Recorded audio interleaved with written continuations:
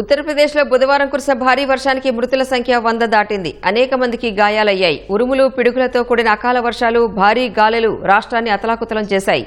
బాధిత కుటుంబాలకు తక్షణమే సాయం అందించాలని సీఎం యోగి ఆదిత్యనాథ్ అధికారులను ఆదేశించారు.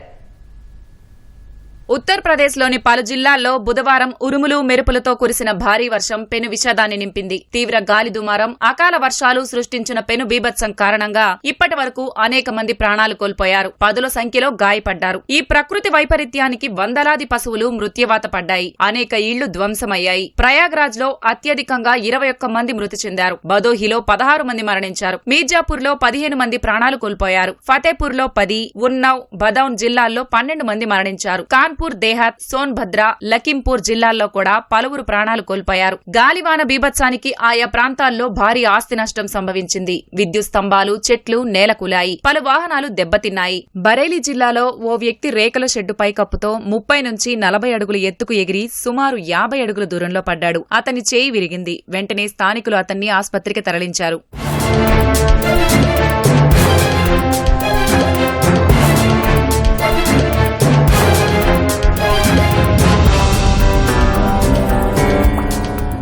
అకాల వర్షాల వల్ల జరిగిన ప్రాణ, ఆస్తి నష్టంపై యూపీ సీఎం యోగి ఆదిత్యనాథ్ అధికారులతో సమీక్షించారు. బాధిత కుటుంబాలకు 24 గంటల్లోగా ఆర్థిక సహాయం అందేలా చూడాలని అధికారులను ఆదేశించారు. డివిజనల్ కమిషనర్లు, కలెక్టర్లు స్వయంగా ప్రభావిత ప్రాంతాల్లో పర్యటించి బాధితులతో నేరుగా మాట్లాడాలని సూచించారు. వ్యవసాయ శాఖ, బీమా కంపెనీలు సమన్వయం చేసుకుని పంట నష్టాన్ని అంచనా వేసి నివేదిక సమర్పించాలని కోరారు. వర్ష ప్రభావిత ప్రాంతాల్లో ముమ్మర సహాయక చర్యలు చేపట్టాలని అధికారులను సీఎం ఆదిత్యనాథ్ ఆదేశించారు. అటు ఈ ప్రకృతి వైపరీత్యంపై సమాజ్వాదీ పార్టీ అధినేత అఖిలేష్ యాదవ్ తీవ్ర దిగ్భ్రాంతి వ్యక్తం చేశారు. అకాల వర్షాల కారణంగా సంభవించిన మరణాలపై ఆందోళన వ్యక్తం చేసిన ఆయన ప్రభుత్వం యుద్ధ ప్రాతిపదికన సహాయక రక్షణ చర్యలు చేపట్టాలని డిమాండ్ చేశారు. క్యూములో నింబస్ ప్రభావంతోనే ఉత్తరప్రదేశ్లో భారీ వర్షాలు కురిశాయని వాతావరణ శాఖ తెలిపింది.